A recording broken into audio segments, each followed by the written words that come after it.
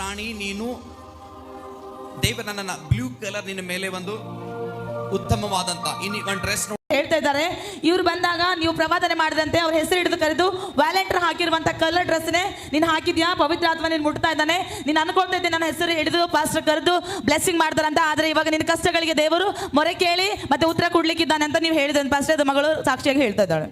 ರಾಣಿ ನೀನು ದೇವರು ನನ್ನನ್ನು ಬ್ಲೂ ಕಲರ್ ನಿನ್ನ ಮೇಲೆ ಒಂದು ಉತ್ತಮವಾದಂತ ಒಂದು ಡ್ರೆಸ್ ನೋಡ್ತಾ ಇದ್ದ ವ್ಯಾಲೆಂಟರ್ ಮೇಲೆ ಇದಂತ ಒಂದು ಅಂತ ಅದೇ ಸೇಮ್ ಕಲರ್ ಅಲ್ಲಿ ಸುಧಾರಾಣಿ ಒಂದು ಡ್ರೆಸ್ ನಾನು ನಿನ್ನ ಮೇಲೆ ಕಂಡದೆ, ಒಂದು ಬ್ಲ್ಯಾಕ್ ಒಂದು ವೈಟ್ ಕಲರ್ ಪ್ಯಾಂಟ್ ನಾನು ನಿನ್ನ ಮೇಲೆ ನೋಡ್ತಾ ಇದ್ದೀನಿ. ಬಹಳ ನೊಂದು ಹೋಗಿದ್ದೀಯ, ಬಹಳ ನಿರಾಶೆದಲ್ಲಿದ್ದೀಯ ನೀನು. ನಿನಗೆ ಅವಮಾನಗಳನ್ನು ಹೆಚ್ಚಳವಾಗಿ ನಿನಗೆ ಸಾಲು ಸಾಲಾಗಿ ನಿನ್ನ ತಲೆ ಮೇಲೆ ನಿನ್ನ ಮನೆ ಮೇಲೆ ನಿಂತಿದೆ. ನಾನು ನೋಡಿದ ಸಿದ್ಧ ದೇವ ನನ್ನನ್ನು ತಿಳಿಸ್ತಾ ಇದ್ದ. ಪ್ರೇಯರ್ ಮಾಡತ್ತಿನ ಫಸ್ಟ್ ನನ್ನ ಹೆಸರೇ ಕರೆದಿರಿ ಸರ್. ಏನಂತ ಹೆಸರು ಕರೆದಿರಿ?